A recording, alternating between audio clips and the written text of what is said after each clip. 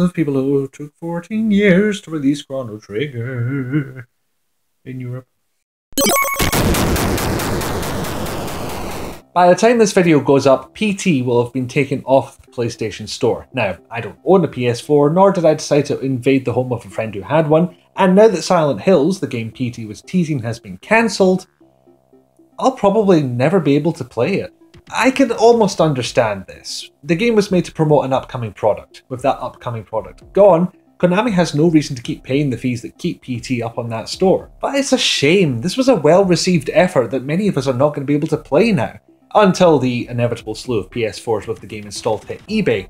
FYI, eBay requires that those kind of devices be wiped, so expect those auctions to just magically disappear all of a sudden. Up until fairly recently, I was operating on the same upgrade cycle as a certain XKCD comic, meaning I would get to modern games a little bit later than everybody else. I didn't see this as a particularly bad thing. I had a big backlog of games to play. I would just get to those ones a little bit later.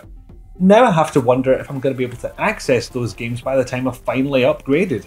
Example, last year we saw a bunch of Marvel titles vanish from Steam, seemingly because Activision's license to use Marvel's characters had expired. And whilst I think this deal is as short-sighted as you can possibly get without requiring a dog and a big white cane, this scenario has happened before. Spider-Man used to be a boss in Revenge of Shinobi. Because Sega were making Spider-Man games at the time, they had a license to use him, and the prevailing corporate policy was, why the hell not, apparently. Copies of the game produced later had him removed because the license had since expired. The reason behind this is probably because the internet was very much in its infancy. We were barely handling international communication, so digital distribution was a long way off. And as far as I can tell, they didn't recall the Spider-Man versions, they just made new versions that had changed them about and put those out instead.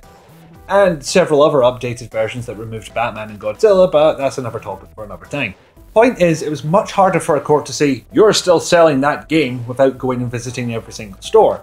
You're still selling that game on Steam is a much easier legal argument to prove. Therefore, the switch gets flipped and off it goes. The contract they signed says they can't sell this anymore. The contract that would have guaranteed them a maximum of 2 years of profit. I don't know of any other decision that short-sighted. I can't think of anything else that so obviously states we don't care about our customers or the quality of our games than that.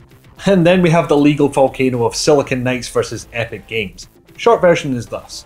Epic licensed the Unreal Engine to Silicon Knights. Silicon Knights sues Epic to say, this engine is unusable, we had to rewrite the whole thing.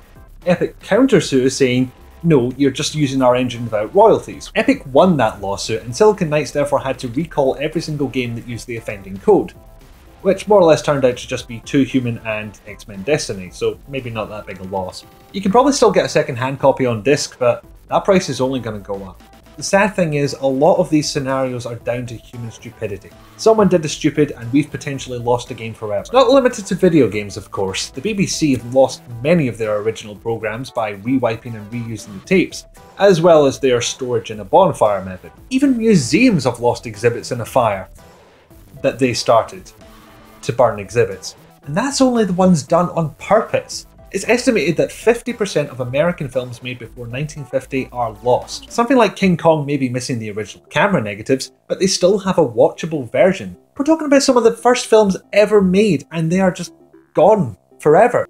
I thought this was an attitude we'd grown out of, personally. I thought we were looking to preserve the history rather than forget the lessons it taught us. The Electronic Frontier Foundation recently proposed an exemption to the Digital Millennium Copyright Act that would allow for hacking games so they're playable once publisher support ends. The Entertainment Software Association opposed said exemption because the word hacking makes them think of piracy, because nothing good ever came from reverse engineering.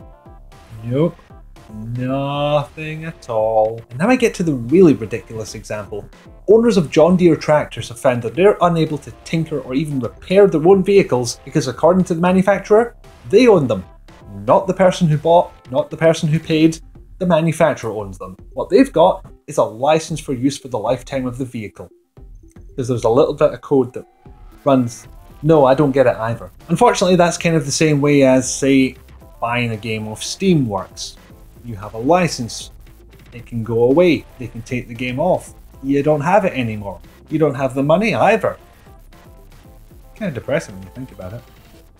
Now, there are some cases where restricting a product's use after sale does make sense, for example, converting replica guns to fire live ammunition. I just don't see "fuck you" as a compelling reason for me not being able to do what I want with the product I paid for. I don't know enough about copyright law to really get into this, I just know it needs fixing. I also know that DMCA is at this point 17 years old, and I'm certain that certain companies would be happy to see your game self-destruct just so they can sell it to you again next year. I really didn't mean for this to turn into a copyright rant. I should leave that for its own video. It's just where a lot of these problems are coming from. I don't like this. I don't like that the decision on what I can do with my products is lying in the hands of people who took 14 goddamn years to release Chrono Trigger in Europe. And I'll point out, for most of those years, they were not actively selling it. Once a company shuts down multiplayer servers, how much do you think a custom server costs them? Nothing. Maybe the tiniest bit of pride, nothing else. You think everybody who ever made a mod did it to piss off board members? No, they did it because they love these games. And if companies aren't going to love the games they make, we'll do it instead. And really, you know you have no right to stop us.